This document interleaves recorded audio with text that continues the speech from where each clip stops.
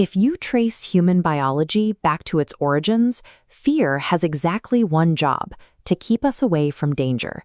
It is a deeply unpleasant distress signal engineered by evolution to force us to survive. Yet today, we actively seek out the very feeling we evolved to avoid. Look at the towering success of authors like Stephen King, whose massive cultural footprint is built entirely on manufacturing nightmares. For decades, audiences have happily handed over their money, standing in long lines to experience the terror of a giant shark or a masked killer. Psychologists call this the horror paradox. If the emotion of fear is an alarm bell designed strictly to keep us safe and comfortable, why do we spend billions of dollars to trigger it on purpose? The answer lies in a concept called benign masochism. We are deliberately hacking our own evolutionary hardware using fictional nightmares.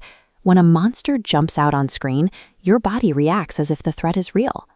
You gasp, muscles tense, and heart rate spikes. This shock happens because your amygdala, the brain's primitive alarm system, takes over, flooding your bloodstream with survival chemicals. But a split second later, your prefrontal cortex evaluates your surroundings, sending a calming signal that the threat is contained to the screen. This rapid biological sequence creates the sweet spot of fear. Your physical body gets the intense, rushing sensation of a life-or-death situation, while your conscious mind registers complete safety.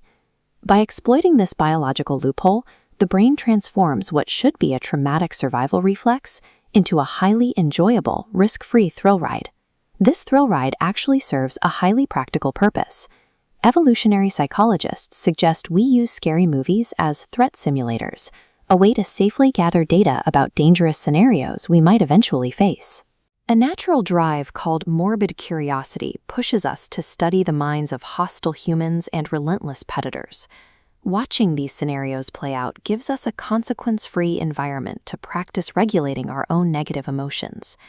But a simulation only works if you care about the outcome. Storytellers ground the audience in empathy first, showing characters doing ordinary things like drinking coffee or sharing a joke. This tricks your brain into feeling the victim's vulnerability as your own. Once that connection is locked in, the narrative introduces supernormal stimuli. This is usually an exaggerated, unstoppable killer designed to test our psychological limits far beyond the scope of normal human danger. Without that baseline of human empathy, the monster is just empty data. The simulation only provides evolutionary value because we feel deeply bonded to the person running for their life. When the credits finally roll and the tension breaks, survivors of the simulation report a highly focused, zen-like clarity, where normal daily stresses temporarily fall away.